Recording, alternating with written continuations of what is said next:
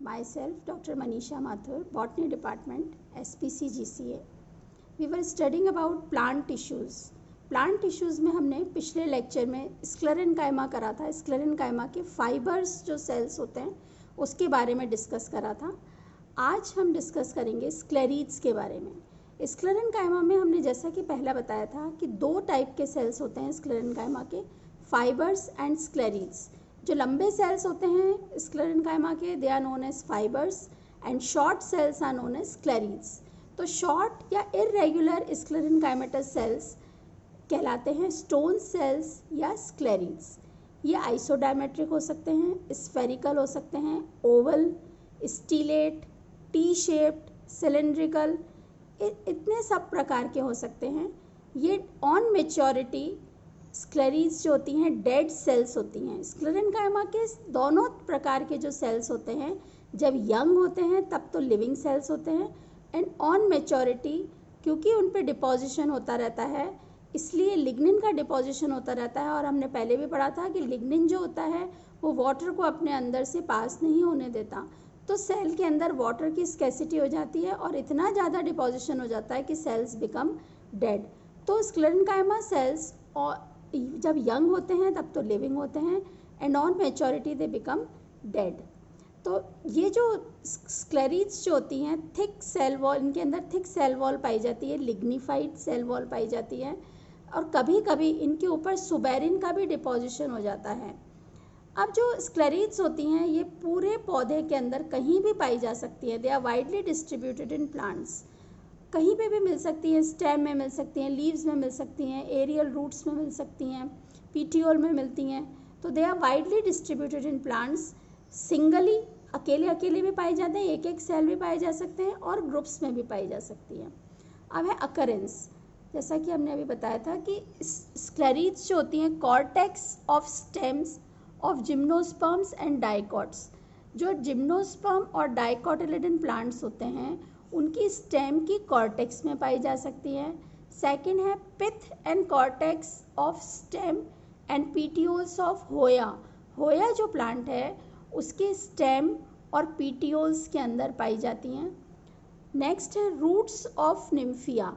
कमल जो है Nymphaea aquatic जो प्लांट है उसकी रूट्स में पाई जाती हैं. Leaf mesophyll of Trochodendron. Trochodendron की जो प्लांट है उसके लीफ के मीजोफिल में पाई जाती हैं. फ्लैश ऑफ फ्रूट्स पायरस, नाशपाती जो हम खाते हैं उसके पल्प में या फ्लैश में पाई जाती हैं. कई जो लेग्यूमिनस प्लांट्स होते हैं, many leguminous seeds have a complete layer of sclerotic cells. जो लेग्यूमिनेसी फैमिली के जो सीड्स होते हैं जिनको हम दालों के रूप में काम में लेते हैं उनकी सीड्स के अंदर पूरी एक लेयर पाई जाती है स्क्लेरोटिक सेल्स की. शेल्स ऑफ वॉलनट, अखरोट का जो छिलका होता है वो स्क्लेरोटिक सेल्स या स्टोन सेल्स का बना हुआ होता है. तो ये जो स्क्लेरीड्स होती हैं अलग अलग जगह पाई जाती हैं पौधे में. तो on the basis of shape and thickness, shape के आधार पर और उनकी कितनी मोटाई है उसके आधार पर स्क्लेरीड्स फॉलोइंग टाइप्स की होती हैं. सबसे पहला है एस्ट्रोस्क्लेरीड्स. जैसा कि नाम है स्टार शेप्ड, ये स्टार शेप्ड की स्क्लेरीड है. स्टार शेप्ड स्क्लेरीड या एस्ट्रोस्क्लेरीड्स, इनको स्टीलेट स्क्लेरीड्स भी बोलते हैं. ये निम्फिया की लीव्स में पाई जाती हैं, और थिया जो प्लांट है उसकी स्टेम और लीव्स में पाई जाती है. ड्रोकोडेंड्रॉन प्लांट के भी लीव्स और स्टेम्स में पाई जाती है. एस्ट्रोस्क्लेरीड्स, स्टार शेप्ड स्क्लेरीड्स. सेकेंड है ब्रैकीस्क्लेरीड्स. ब्रैकीस्क्लेरीड्स जो होती हैं शॉर्ट एंड आइसोडायमेट्रिक सेल्स होते हैं, इसके छोटे सेल्स और आइसोडायमेट्रिक सेल्स. तो शॉर्ट एंड आइसोडायमेट्रिक सेल्स ब्रैकीस्क्लेरीड्स के होते हैं जो कि कॉर्टेक्स, पिथ एंड फ्लोएम में पाए जाते हैं. स्टेम के कॉर्टेक्स, पिथ एंड फ्लोएम में पाए जाते हैं सिनामोनम प्लांट में, और फ्रूट्स की पल्प में पाए जाते हैं पायरस की. नाशपाती जो होता है उसकी पल्प के अंदर ब्रैकीस्क्लेरीड्स पाई जाती हैं. Third type of sclereids are macrosclereids. Macrosclereids, इसके जो सेल्स होते हैं लंबे होते हैं, कॉलमनर होते हैं, खंबे की आकृति के होते हैं. Columnar cells, elongated columnar sclereids they are found in seeds and fruits. हमने भी पहले डिस्कस करा था कि लेग्यूमिनेसी जो फैमिली होती है उसके जो फ्रूट सीड्स जो होते हैं उसके अंदर लेयर के रूप में मौजूद रहती है स्क्लेरीड्स। तो जो लेयर के रूप में लेग्यूमिनस प्लांट्स में जो स्क्लेरीड्स पाई जाती है वो मैक्रोस्क्लेरीड्स हैं। They are found in seeds and fruits of leguminous plants in the form of layer. Layer सबसे इंपॉर्टेंट है क्योंकि ये इनका शेप इस तरह का है, इसलिए ये एक लेयर के रूप में व्यवस्थित रहती हैं। नेक्स्ट है ऑस्टियोस्क्लेरीड्स। जैसा कि नाम है, osteo means bones, bone shaped sclereid is osteosclereid. इसके दोनों जो सिरे हैं वो डायलेटेड हैं, चौड़े हैं, फैले हुए हैं बोन की तरह से। Bone shaped sclereids, both the ends are dilated. They are found in leaves and seed coats of monocot. Monocotyledon जो प्लांट्स होते हैं उनकी पत्तियों में और सीड कोट में ऑस्टियोस्क्लेरीड्स पाई जाती हैं। लास्ट टाइप की स्क्लेरीड्स है ट्राइकोस्क्लेरीड्स। ये ट्राइकोस्क्लेरीड्स जो होती हैं हेयर लाइक स्क्लेरीड्स होती हैं, hair like sclereids. Sometimes they may be branched, कभी कभी ये शाखित हो सकती हैं, ब्रांच्ड हो सकती हैं। और ट्राइकोस्क्लेरीड्स का फिक्स है कि हमेशा इंटरसेल्युलर स्पेसेस में पाई जाती हैं, क्योंकि अपने आप को हेयर लाइक होती हैं इसलिए अपने आप को एडजस्ट कर लेती हैं इंटरसेल्युलर स्पेसेस में। तो they are found in the intercellular spaces in the leaves and stems of hydrophytes. जो एक्वेटिक प्लांट्स होते हैं, पानी में पाए जाने वाले पौधे होते हैं हाइड्रोफाइट्स, उनके लीव्स एंड स्टेम के कॉर्टेक्स के अंदर ये ट्राइकोस्क्लेरीड्स पाई जाती हैं। मॉन्स्टेरा जो प्लांट है उसकी एरियल रूट्स में पाई जाती हैं और ऑलिव की पत्तियों में पाई जाती हैं, इन द लीव्स ऑफ ऑलिव।